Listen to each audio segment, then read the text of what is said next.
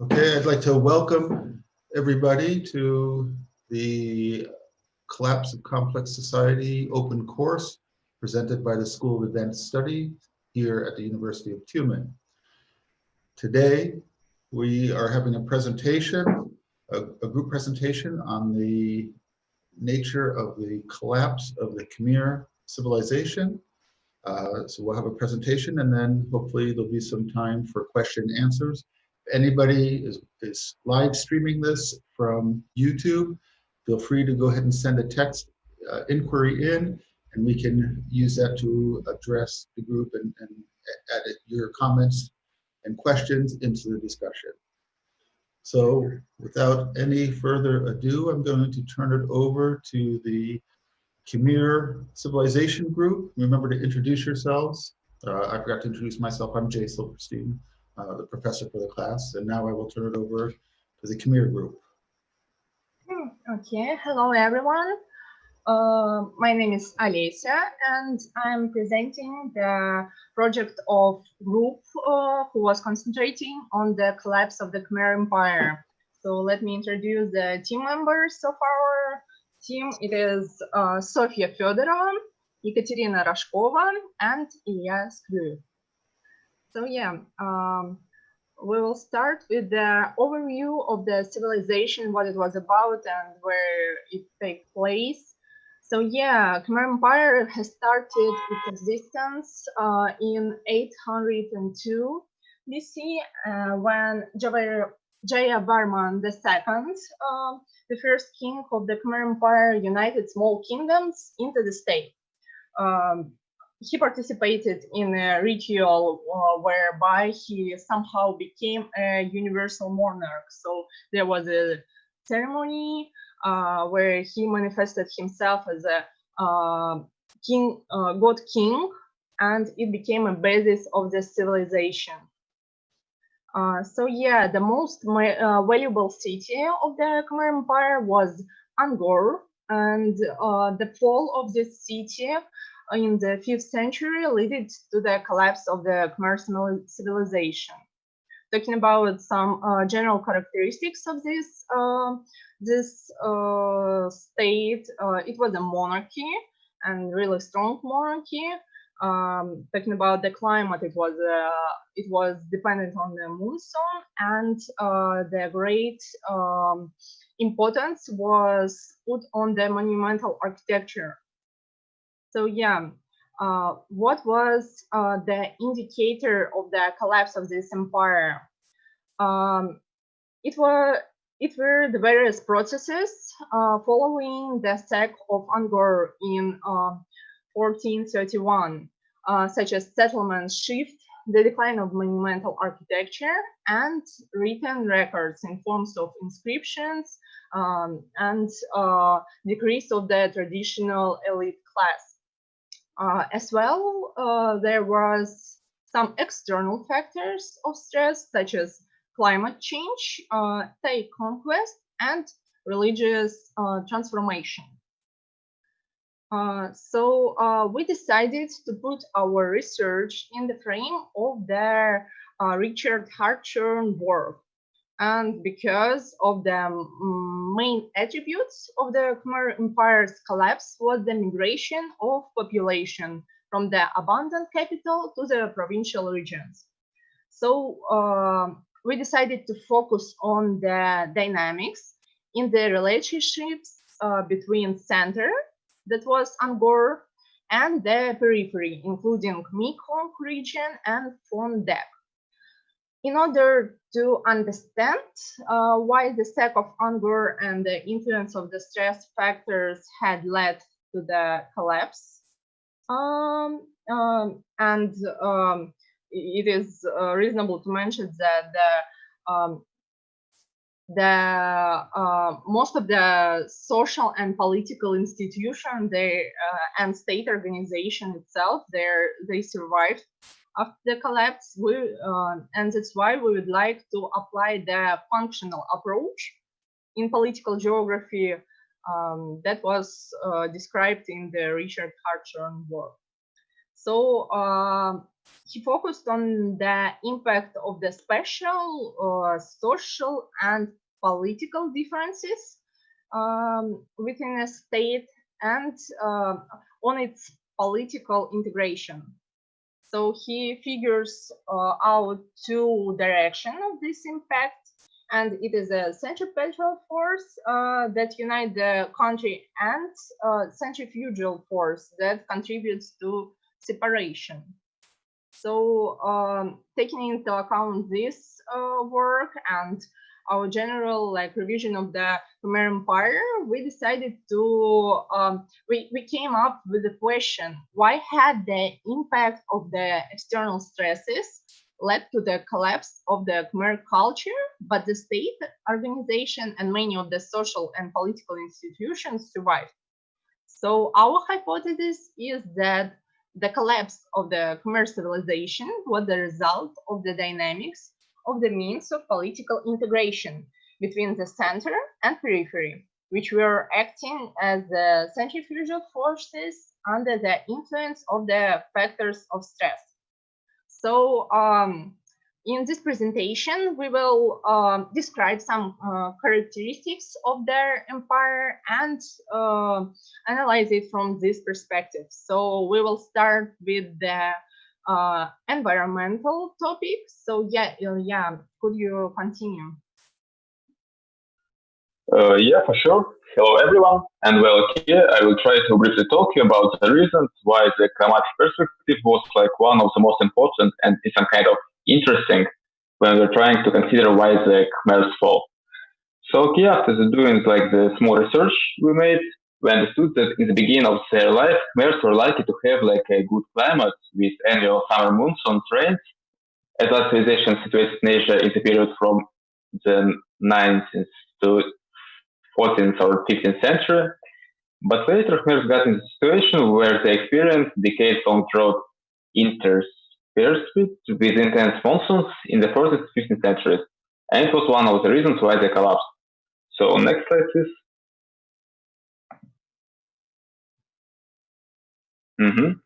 As you can see by the scheme, well, I think not clearly, but it's showing that Khmer struggled with a really serious drought in the period of 14th, 15th century, which led them to fall, and I will explain why. Next slide. So, okay, what went wrong? Well, talking pretty basically, it was just a complex process of climatic and artificial changes in the environment where Khmer lives. We know that Khmer society was centralized around water management. It was providing water supply for right cultivation, again water for people and all this stuff. And this water management is based on the two things: the stability of the natural forces and an artificial landscape crisscrossed with canals, embankments, reservoirs, dams, and other massive engineering works to redirect river flows, store water for the dry seasons, and advert floods by disposing of excess water during monsoons. Next slide. So here it was about these big water reservoirs, Strong, which situated in Angkor, if I remember. Yes. So, well, after the seasons of big rains, all the water was situated here, and when there came dry seasons, this water was used for agriculture, cultivation of rice, and all this stuff. Next slide. But the problem was in the fact that the system wasn't ready for a serious crisis. So it was again, founding on the stability of the natural forces. But when the climate started to change because of the complex of the reasons, system started to collapse in some way. So as was said in my research, Khmer struggled for centuries to maintain their hydraulic landscape until it became overwhelmed by climate change, producing floods that broke embankments and canals filled with sediment from remote areas. So the system was a good one when nothing changes, but when Khmer started to use it a lot, when they were developing the sphere of agriculture, they destructed the northeastern forests and caused serious environmental degradation. So system started to collapse in some way. Next slide. So, concluding in some way, will drought, deforestation, other effects of overexploitation of the environment on the background of the growing population and climate changes, left no chances for the civilization as the system of water management, which was the foundation of it. So the civilization struggled for hundreds of years and finally collapsed in 15th century because of the complex of crisis, which will be, I think, well shown by my colleagues. Okay, thank you. Yeah, and another aspect is demographic distribution, about which we have quite scarce data, except the information about the difference in population density between Angkor that was characterized by low density occupation and overpopulated province. And taking into account this difference, we can say that Angkor lacked the sufficient amount of human resources for the investment in maintenance of urban infrastructure, and that increased its dependence on the forced labor from province. Okay, and moving forward into the linguistics, we should say that all the history of the Khmer Empire was affected by India, and one of this of the manifestation of this like influence of this country was the borrowing of Sanskrit language. And the first dated inscription on the Sanskrit language was in place in 613, and another like inscription in the Khmer language was included like 2 years earlier. So yeah, talking about these two languages, in the most basic level, Sanskrit was the language of the like religious activity and political decisions, while the Old Khmer language was more about people and some practical stuff like documentary of donations of slaves to temples, for example. So yeah, these two languages existed at the same time in one country, and Sanskrit was used, for example, in writing and literature, while Old Khmer language was like documentary purposes. And talking about the division that these two languages provided, in the inscriptions, it is said that there was some kind of division of those who understood Sanskrit and those who understood only Khmer. And Sanskrit was used in inscription only in a way that were addressing the gods. So while Khmer was the predominant language of Cambodian people, and this made like another point of their stratification in this society. And talking about the Old Khmer Empire, with Old Khmer language, it was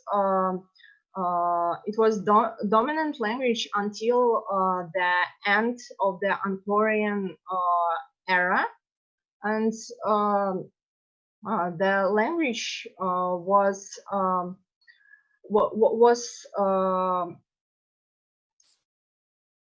starting to absorb influences from Thai and Lao. And it is really hard to like capture the moment when it was completely like destroyed, because we have really little inscriptions on the period after after 15th century, and that is why the usage of this language is hard to like follow. But what we can say for sure, when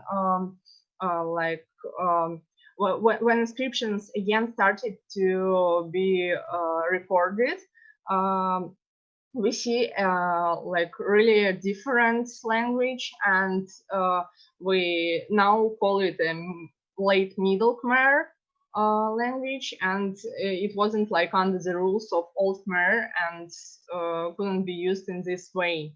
So yeah, with the collapse, this empire lost also the language. Yeah, I continue the point of certification. I would like to figure out two main characteristics of social structure, Khmer social structure.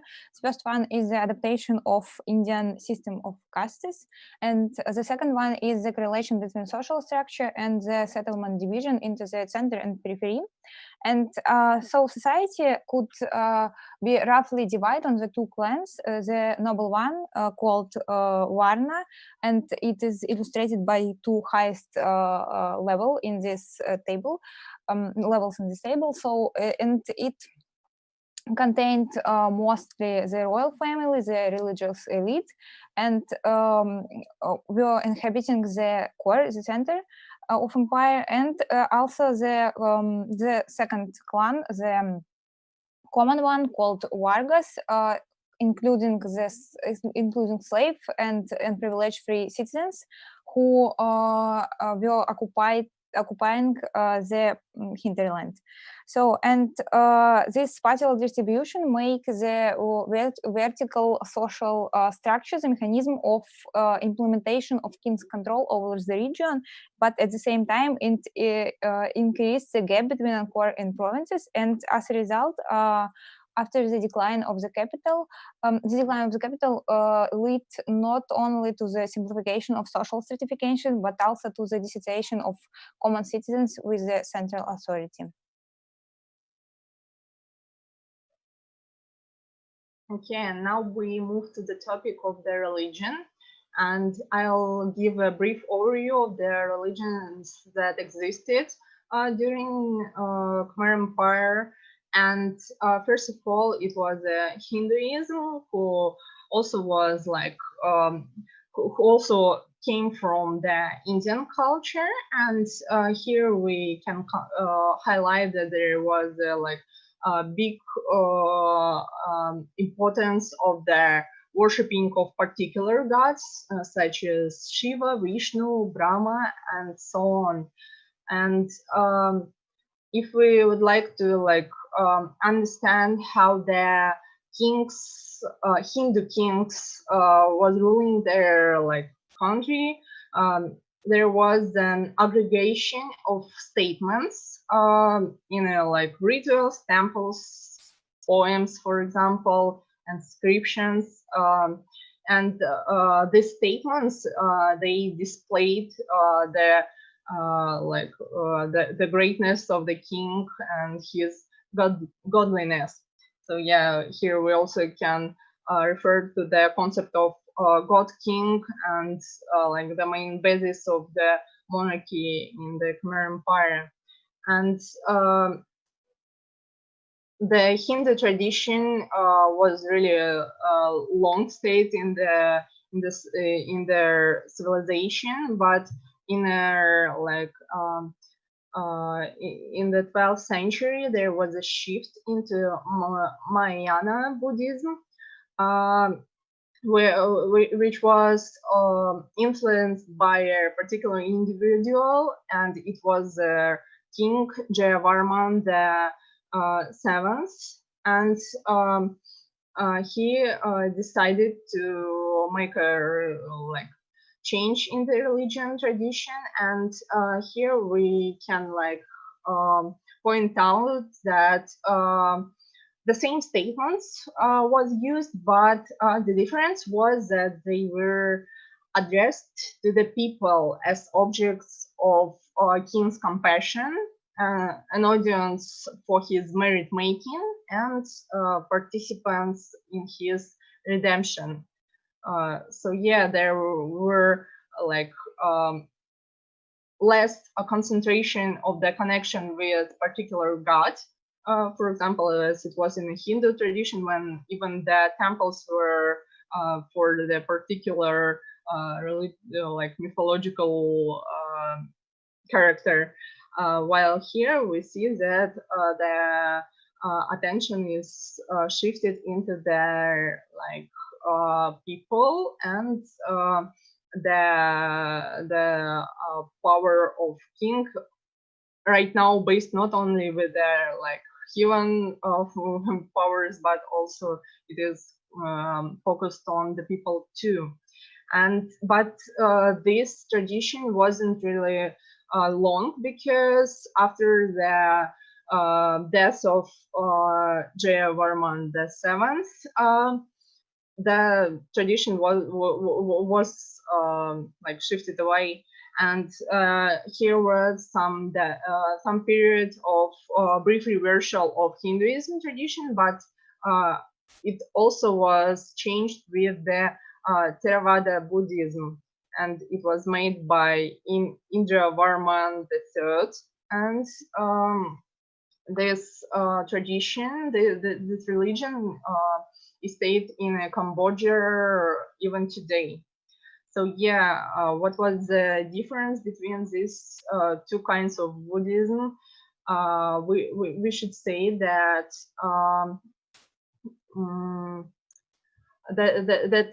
these doctrines that were provided by Theravada Buddhism, they were not imposed from above, but were reached to the people. No expensive priesthood or temples were like in this tradition, and there were little ceremonial. So the main values of this religion was solitude, humility, and poverty. So here we see the difference in a way, I mean the difference between Mayanama Buddhism and Theravada, that in the first one, we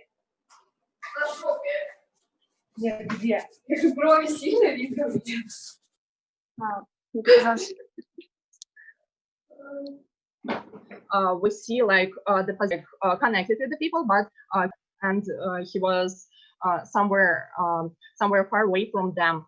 While here we see that there is a shift, and this shift is manifested in a way that there is no more like a lot of attention on the ceremonies and so on. So yeah, there was some kind of change in their ideological part. And what we should say that religion, all the religions like changes were manifested in the temples that were really important part of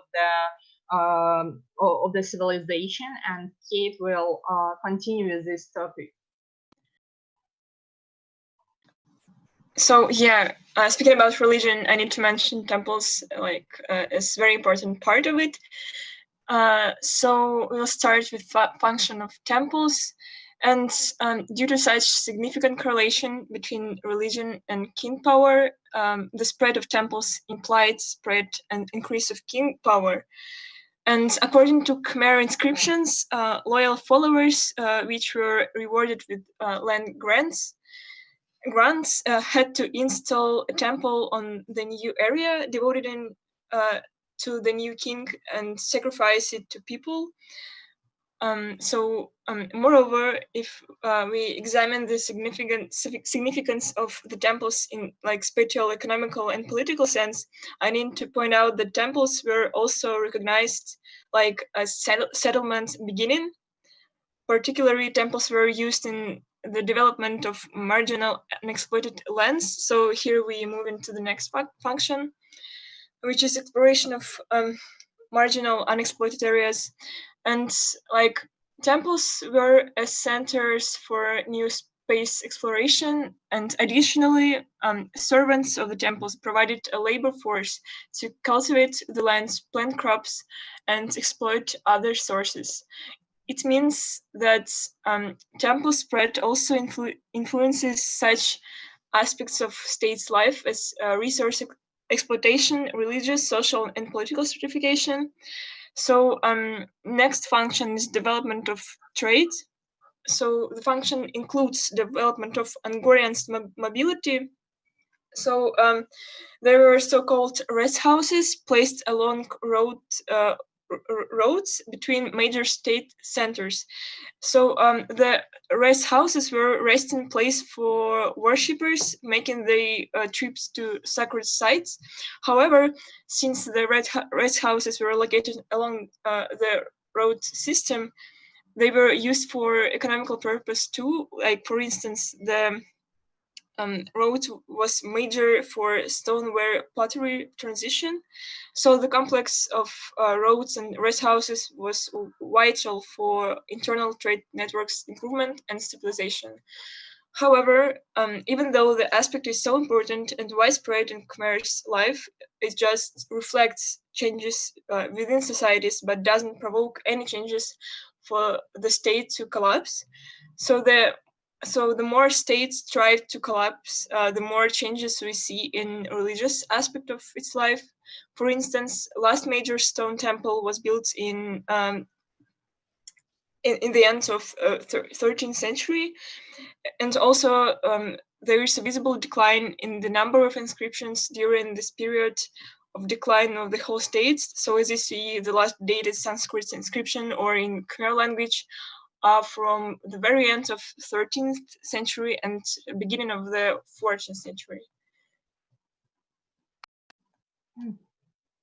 So yeah, as we can see, the temples had a huge role in the development of Khmer Empire, and here we should highlight that there is like one of the theory that the spread of Theravada Buddhism is one of the reasons for society's decline, and this argumentation is based on the idea that foundation of the power divine rule or God King concept was challenged by the self-concentration of this religion flow and its retreat from the old Hindu tradition with high attention to God's worshipping. So yeah, this change is connected with the fall of ideology that led to the lessening influence of the temple's network in a way that people started to doubt the necessity of all the offerings and gifts for the support of the temple, and some kind of ideological shift appeared in the people's minds, and it was like it was visible in their interaction with the temples.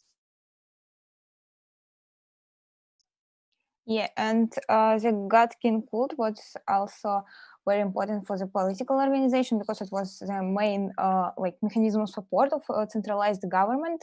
So, and the divine power of king was implemented throughout the system of patronage that basically was the administrative division in the number of homogeneous small territorial units nucleated around temples and ruled by nobility, and also the system provides a function of tax collection on behalf of the Angkor that contributed to the accumulation of the political power and property in the hands of provincial officials. However, this system was not very effective and sufficient in terms of like maintenance of the control of the center over regions, because it was very dependent on the public display associated with ideology and the coercive apparatus. For these reasons, the continued existence of the system of patronage after the fall of Angkor led to the shift of the focus of political integration to the secondary centers, and we can see that this process, that it was a gradual dynamic process at this map, because even in 13th century we can we can observe the reducing of the area that king control. And next slide, please. as opposed to the political organization, economy was quite decentralized, as evidenced by the lack of unified state-regulated coinage and the lack of proper regulation of the land transaction. So it was mentioned that Khmer economy was developing in like two separated directions. And the first one was the Angkoral temples economy involved in the international exchange, and the second one was a decentralized barter economy that was functioned mostly in the level of local markets. And due to this like difference, the system of economic integration relied on the non-economic mechanisms that was most associated with the display of status, with the ideology, and with the personal relation between the royal family and the officials, such as the institute of gift-giving, the oath-giving procedure, and the system of privileges. Also, there was the evidence of commercial activity, but it also was not directly controlled by king, except the establishment of standard of weight and measurements. But at the same time, this process was accompanied by the increasing dependence of Angkor on the resources, natural resources from province, for the extensive agriculture and investment in monumental construction, in precisely from it was dependence from the iron production in Phomdek region. And so as a result, the political center could not effectively control the economic exchange in province, in peripheries that became associated more with the trade routes than with the Angkor prosperity. And so under the influence of the stress factors, this established organization contributed to the development of economic autonomy of the provincial regions as the trade nodes. And this process was also evidenced by the increasing significance of the maritime trade, and we can see the based on the archaeological data, we can judge about the increasing number of the contacts between Khmer Empire and China. So, and it leads to the reorientation of the pre-existed socioeconomic power structure from the Angkor situated foreign land, as you can see at the map, and to the South Coast region, and it was evidenced by the migration of elite and royalty to the center of maritime trade during the 14th and 15th centuries. Okay, and summarizing all the points that we made, we decided to divide points that had been lost and that had survived. So yeah, we see that Khmer lost capital, Angkor hydraulic system, Angkor urban organization, god kingship, all Khmer language and monumental constructions, but at the same time, their state, the system of patronage, the modified forms of Indian culture, the international trade connections, rice production and intensive agriculture, social structure, transportation system, Theravada Buddhism, and yeah. We are like coming to the conclusion, and we from these factors we decided that inability of the centralized government to adapt to the mechanisms and institutions of state sustainability to the stress factors and simultaneous increase of the autonomy of provincial regions caused the political disintegration of Angkor-oriented Khmer civilization. So we were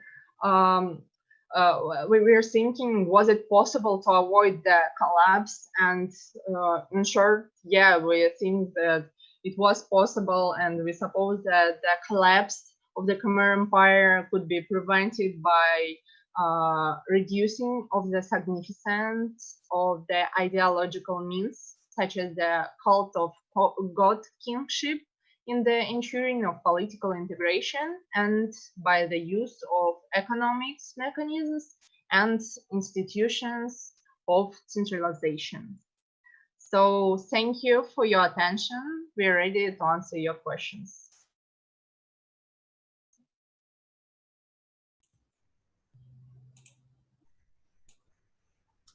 Well, thank you. That was absolutely fabulous, I gotta say. You guys did a great job with some really interesting conclusions. Well, let's turn it out to the class, or if anyone's out there on live streaming for questions. Turn my video on. Anyone? Questions?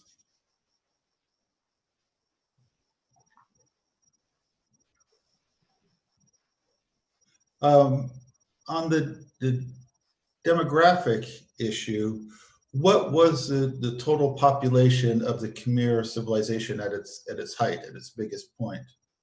Actually, there is data only about the Angkor region. It's said that it was about 750,000 people spread over the like 1,000 square kilometers, and so at the peak. But it was there was like scarce data about the provincial regions, but it is said that it was overpopulated, but no precise numbers. Yeah. It sounds like from the description of what was going on with the core periphery relationship, that the populations in these new areas, these peripheral areas, must have been going up very quickly also. Do you have that sense?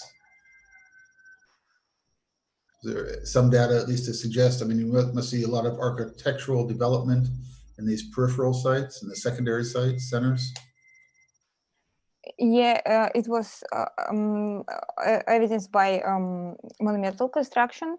So, and also there was an evidence of population shift after the fall of Angkor to the like coast regions. But yeah, but as I said, the data is quite fragmented. So it was hard to provide some numbers. Do you think that's just a lack of archaeological research in the region? On the periphery regions in particular? I think, yeah, and also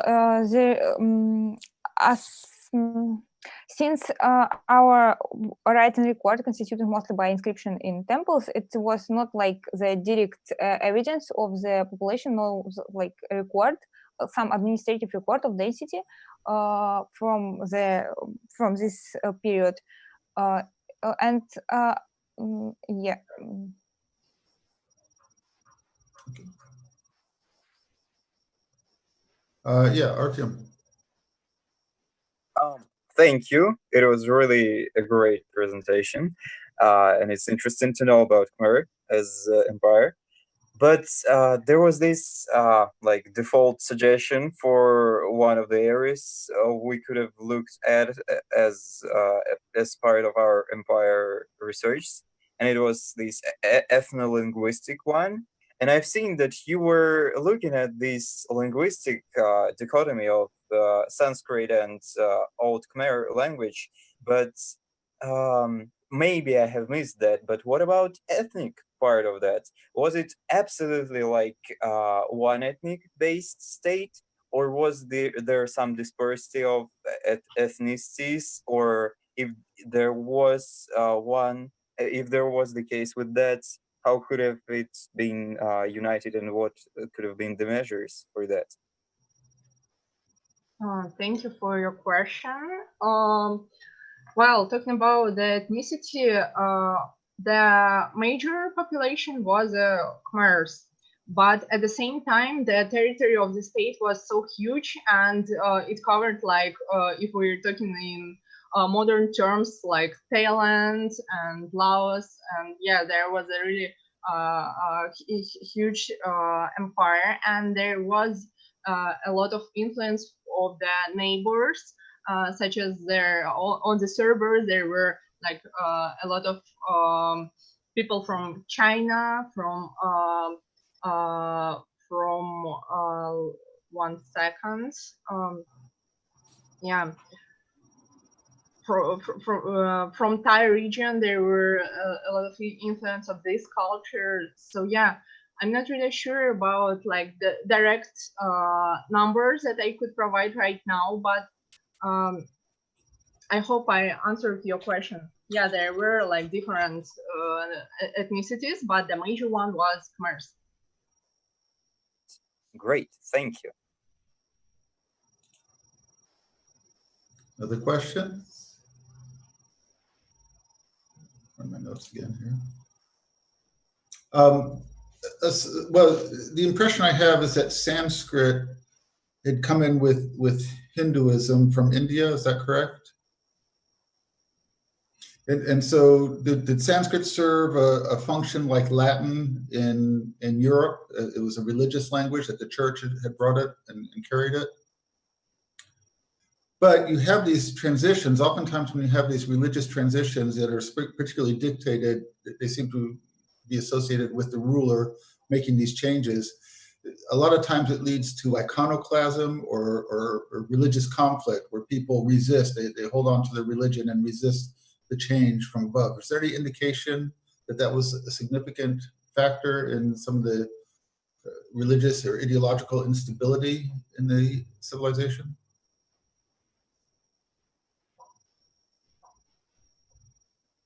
Okay, we know about like rebels in their like late Khmer Angkorian era, but it is hard to like distinguish where was their was the conflict based on their religious beliefs or on their like some kind of conflicts with their king, because all the like relationship between these two areas were so interrelated. And I would say that in their in the late Angkorian era, like or 14th century, I would connect the transition to the Theravada Buddhism and the rebels that happened at that time. But I'm not quite sure that it was all about the religion. I think that it is also was connected with their, like, for example, foreign invaders and like the loss of their like previous belief in the king. And yeah. What do you know? What date that Hinduism arrived in Southeast Asia from India? About what time period it started to arrive?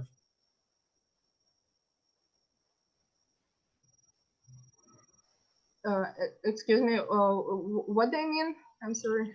That Hinduism diffused. It was brought from India to Southeast Asia, to Cambodia and Thailand and Vietnam and Laos.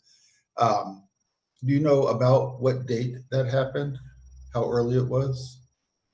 Mm-hmm.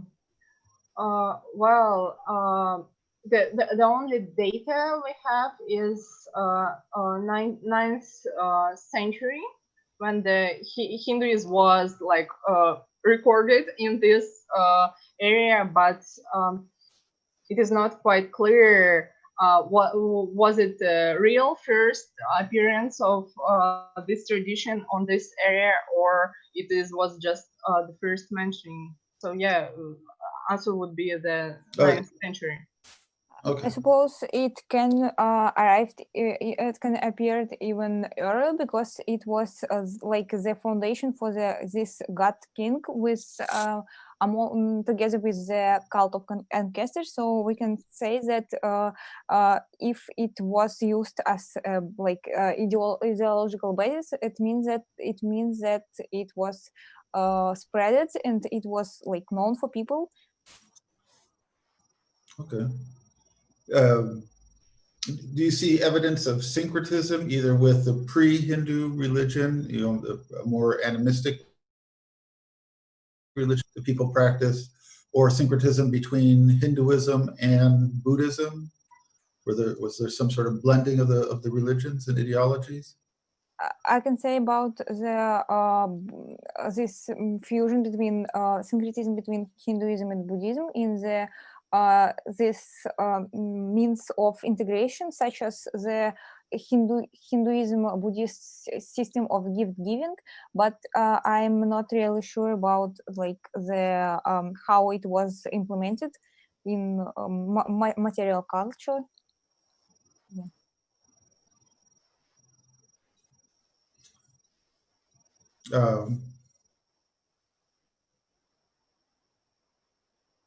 In the Theravada Buddhism, it seems that religion is more a religion that isn't dependent on a social hierarchy. Is that right? It's more of an individualistic religion, sort of like the Reformation in Europe, right, where you have sort of a rejection of the church hierarchy or the priesthood for more equality and universality of religion and accessibility of religion. Is that right? Am I reading that right? And you think that's associated then in part with the loss of authority of the king, the God King? Yeah, nod. Yeah, but I agree. But at the same time, it's very interesting when like the king, like maybe like the most noticeable and productive king of the entire Khmer period, you see like Jayavarman VII, like he expanded the empire's territory like to its greatest size. He built rest houses, a lot of temples, like so many temples, and it's interesting that the shift was to such religion that you just described, but at the same time he tried to support his own king power with temples. Like that's interesting moment. Okay, with Jayavarman, Yeah. I can't say it. Jayavarman the Seventh, he leads that conversion to the Mahayana Buddhism. Is that as the same as far as the having less emphasis on the hierarchy, or is it different than the latter Buddhism? Well, it is different. It is different because the concept of king as some kind of divine figure was there in Mahayana Buddhism, and it wasn't like about the refusion of hierarchy in the like religion organization or something like that.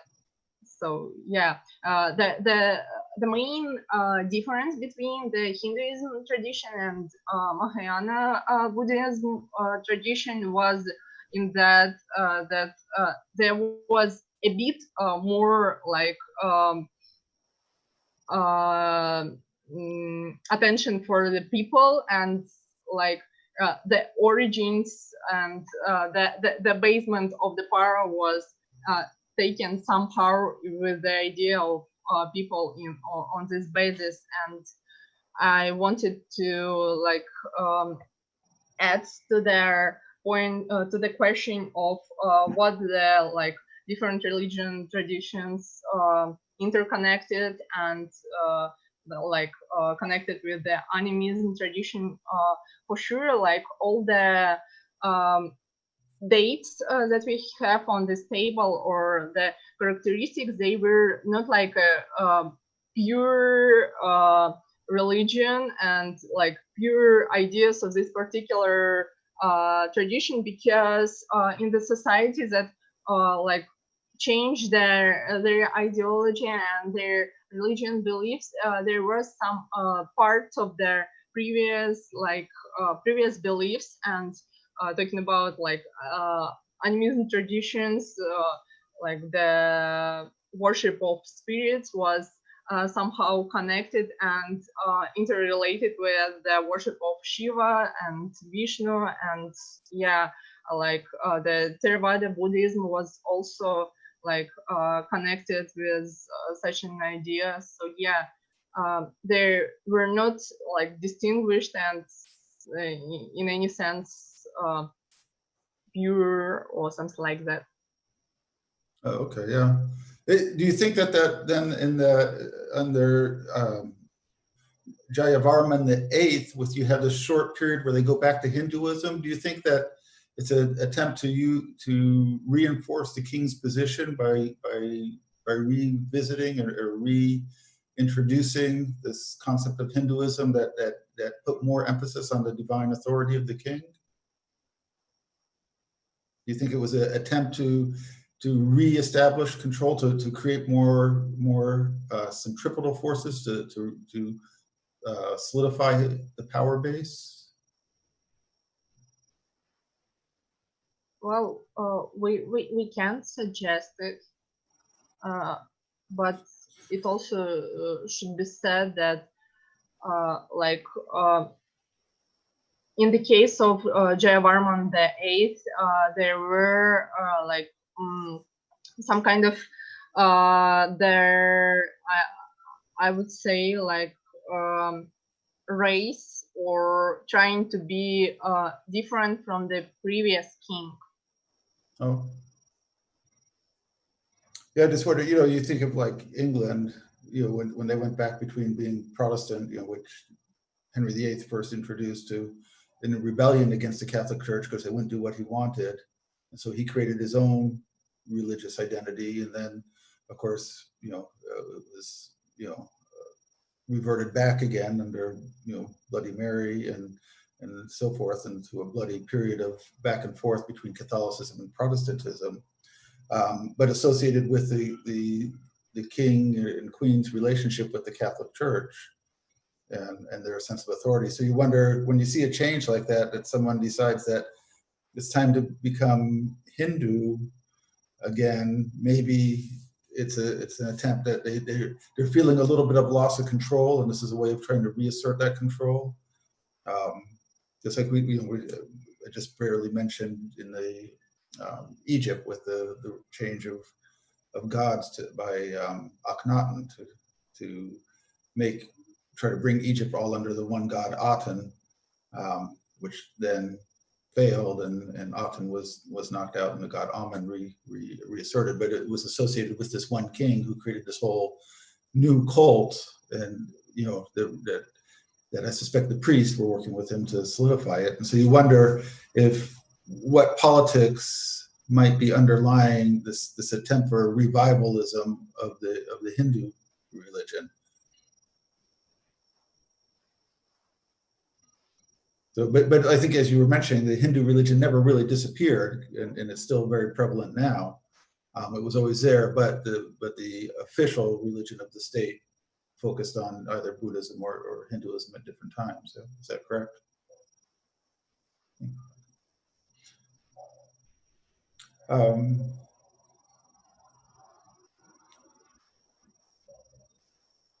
Okay, the model, that the idea of these stressors leading to the collapse, I think, is very convincing. That these seem to be really important factors, but there's kind of an elephant in your model, and that's that the city was sacked by an army, right? Was it conquered at a certain point? Yeah, but we think that it was like the tipping point, because there was also a debate about the nature of collapse of Khmer collapse. Was it like the a rapid fall, or what is the decline, the gradual decline? And the recent consensus is that it was a gradual decline, and we tried to analyze the dynamic, because we think that actually there was a moment in the Khmer history when Angkor also was conquered somehow. I don't remember the details, but after it was like rebuilt and continued his existence as a capital. But in this case it was actually not so like not complete destruction of the city, and we try, and as we know, most of the institutions survived. So, and we tried to analyze, and we taking into account, we suggest that it was like a gradual decline. This process was a dynamic, but not on the like the one factor, and we tried to like repack it and recover it. Okay, yeah, kind of like the Western Roman Empire, that it was in such decline that eventually it was just conquered by the Visigoths. Who conquered it? You mean in The final are you talking about the Angkor fall in 15th century? Yeah. It was Thai tribes. Okay. And the first time, do you know who conquered it? Actually, I didn't remember for sure. Was it the Cham from Vietnam? Any chance? Yeah, because it was like the long relationship with Champ, and it was like for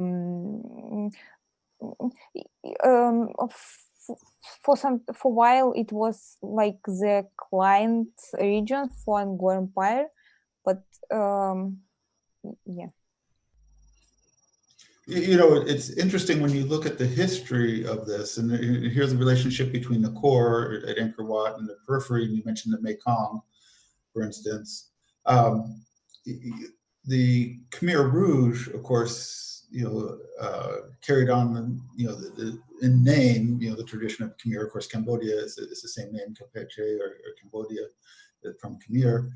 But when Vietnam helped overthrow, or did most of the work in overthrowing the Khmer Rouge and ending the genocide in Cambodia, one of the political objectives for them was claiming some of the territory that was contested between Cambodia and Vietnam for a long time in the southern part of Vietnam. So it's interesting how understanding that history helps you understand some of the history that continued on into the 20th century between Vietnam and Cambodia.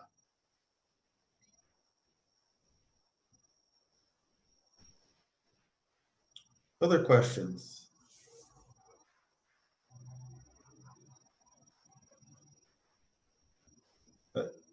Ilya, on the agricultural production, do you have any measurement or anything of how much labor was put into building these hydraulic environmental shifts? Well, talking clearly, not.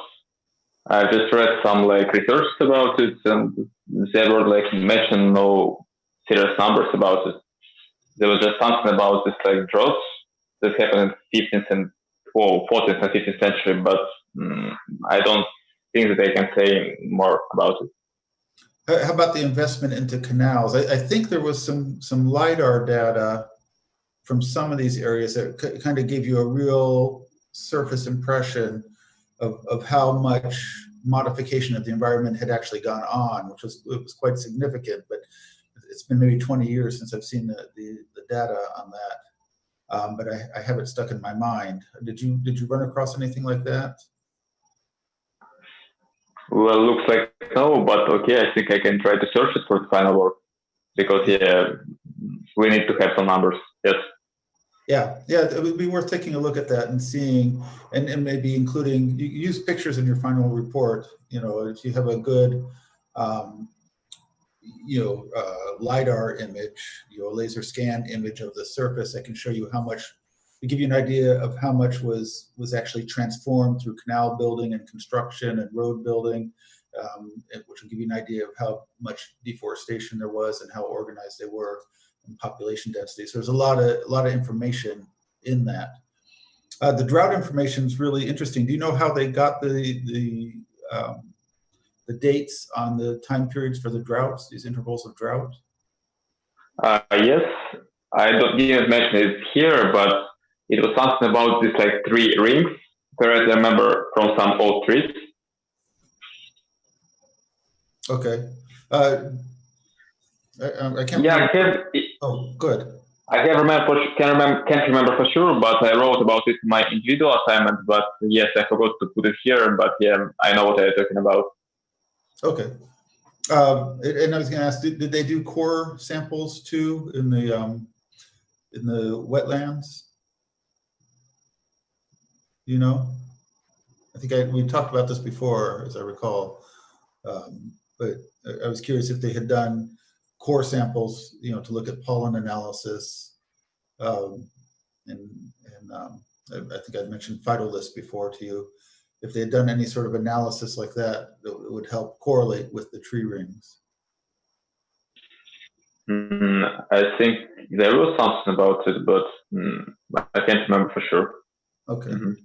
The large artificial ponds and lakes that they would make, there's a name for those, and I'm mind blanking on what that name is. Do you know that by any chance? My God, I think no. Okay. I was reading it was like about artificial landscape, and that's it, as I can remember. Maybe some like deep reports about it, but I don't know. Yeah. So there's a lot of parallels between the Maya civilization and the Khmer civilization as far as the degree of modification to the landscape they did. It's a lot more extensive than people realize now. And we tend to underestimate it because it's been hidden by jungle for so long.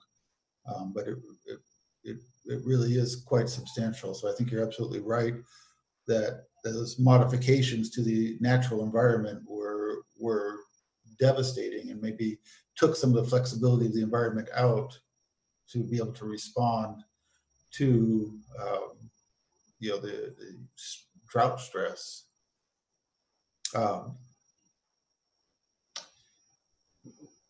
With regards to the demography and the population, is there a sense that there was a sharp decline in population after the period of collapse? I suppose it was not the decline, but rather the distribution of population and the settlement shift. So talking about Angora, of course, it was like the rapid abandonment after the fall of it, but it was not the decline in population of state, because it's most of the people migrated to the coast region and to the Mekong basin. Yeah. Okay. Do you know what type of evidence we have for of the people migrating out from the core? I think it's related to the like ceramic remains, something like that. That evidence that people started to live in the region of Mekong basin, down to Mekong. Yeah, and but it's not about numbers again. So yeah, and as you mentioned, trade with China, it's also important. Yeah, and also and evidence. As I said, there is the evidence of shift from due to the increased importance of the maritime trade to the coast region. Yeah. Do you know what type of evidence there is for the maritime trade? it's mostly it's like glass artifacts and ceramic artifacts that evidence the international exchange with China in precise, because I don't know how, but archaeologists can like recognize that it was from China, not from Khmer, and also the researchers can suggest the use of this object, and yeah, so the evidence was most of the evidence is the ceramic and glass artifacts, I suppose. Okay. Do you know if there's been any shipwrecks discovered archaeologically of trade ships from this time period that would have been working as trade routes? Did you run across anything on that? I think there are some, but I'm not sure in the time period of the ships I'm thinking of. I'm just curious if you run across that and had any information on it. It's okay if you don't. Actually, our information about trade, based on the the suggestion about trade routes, concentrated on the this web of temples, but and also there was the remains of some bridges across the rivers, but I'm not sure about the some transportation, some transports. Yeah. Let's see. I had another question on the trade.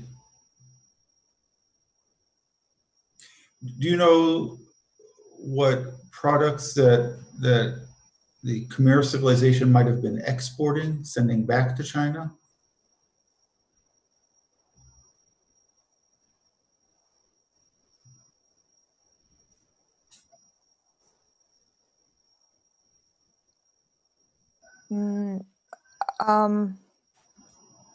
I remember that it was the import of silk and this very fragile ceramic. I don't remember the name. And so they asked for import, but as for export, I suppose it may be somehow related to the food production, but I'm not sure. Okay. Yeah, I'm just curious what they might have been exporting. You'd mentioned iron production. I think it was about stoneware pottery that was exporting to other countries. I mean, they were proud of the stoneware pottery. Yeah. Oh, okay. All right. Any other questions? Yeah, Jay, I raised my hand twice, but it didn't show it. I still don't see it. Oh, go ahead. I'm sorry. I didn't see it up. Yeah. Yeah, I wanted to ask, just to clarify, I know that we learned that there are a lot of different causes for the collapse or the rise of society, but still there are some factors that are more influential. And so I would like to ask you about the most influential factor in a rise and in a collapse, because, for instance, in our culture, it is connected to the religion. So each point, economy, society, and so on, regulated by the ideology. And so if we talk about in a frame of our yesterday's lecture, what are the most strong social power, or power of society, and how it influences in each category that we covered in our researches. I suppose it's difficult in our case to talk about actually about more influential factor, because we should distinguish two directions. of this process of decline. The first one is the increasing autonomy of the periphery, and the second one is the decline of Angkor as a capital. So, and we can say that maybe perhaps the most important factor in the fall of the Angkor is actual conquest, like the like this, I don't know. The conquest, and but as for the increasing autonomy of periphery, I think we can say about the economic power, the significance of economic power, because as we said, the provincial regions become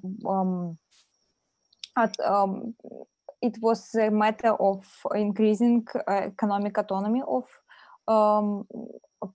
provincial regions as the trade nodes. Yeah.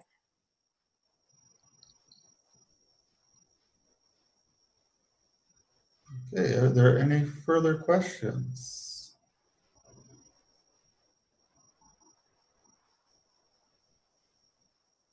If not, I think that I will let you go to group work for the last bit of class.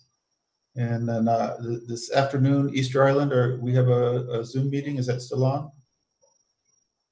The Easter Island group? Yes. Okay, at 4 o'clock? Yes. Very good. So to everybody in the Khmer group, I want to give you some applause. Job well done. It's always tough being the first group, but you set a high standard for it. So, and I think that the evidence that you gave, or at least the model for it, wasn't a lot of hard evidence, but you presented a model that would allow you to go look at evidence, to start taking the temple iconography, understanding these shifts, and put things together to demonstrate a reasonable support for a complex model, but one that is very much related to this kind of world systems idea that we talk about, where you have a core and a periphery. What happens if those peripheries start to become autonomous, right? If they don't need the core anymore, and it can undermine the structure of a society. If you imagine, the United States as a core in the modern world system, but then you imagine countries like China or Vietnam, or Germany in post-World War II becoming more and more economically sufficient and independent, and not needing that dependency, breaking down the lopsided nature of that sort of post-colonial world system core periphery relationship, that if the core is dependent on those external forces, right, that wealth that flows in from the periphery, that it could start to undermine the authority and the economy of the core. I think England, went through that as they began to lose their colonial possessions, right? Places like India became independent. So it's interesting to see this on a small and more contained scale. It's a lot easier to see that process in something like this, but you can imagine that the implications for this kind of core periphery relationship can manifest throughout the world and throughout various times in history. So a really nice model. I think it's quite reasonable and sustainable with the evidence that you presented. Like I said, the hard evidence could be presented to support that. Things like shift in population, shift in iconography, shift in the amount of monumental construction, the amount of trade goods flowing in at different times to the periphery as opposed to the core, things like that. But yeah, it's excellent. It's a really nice way to kind of sum up your work with the Khmer. I look forward to your final paper. So again, thank you, and I'll stay on for a bit if anyone has any questions. But otherwise, you guys are free to go ahead and work on your group work. And yeah, have a great weekend, and I'll be available. I'll try to be available if you need anything. Again, thank you again very much, Khmer's. Thank you. Thank you. Bye. Thank you. Bye-bye. Bye. Bye-bye. Evening.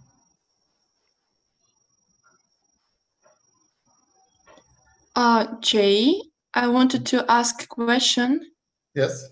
So, tomorrow I got some circumstances that didn't allow me to listen a lecture from my personal Zoom account. So I use my friend's Zoom account. Okay. So that maybe you notice some strange name in a list of members.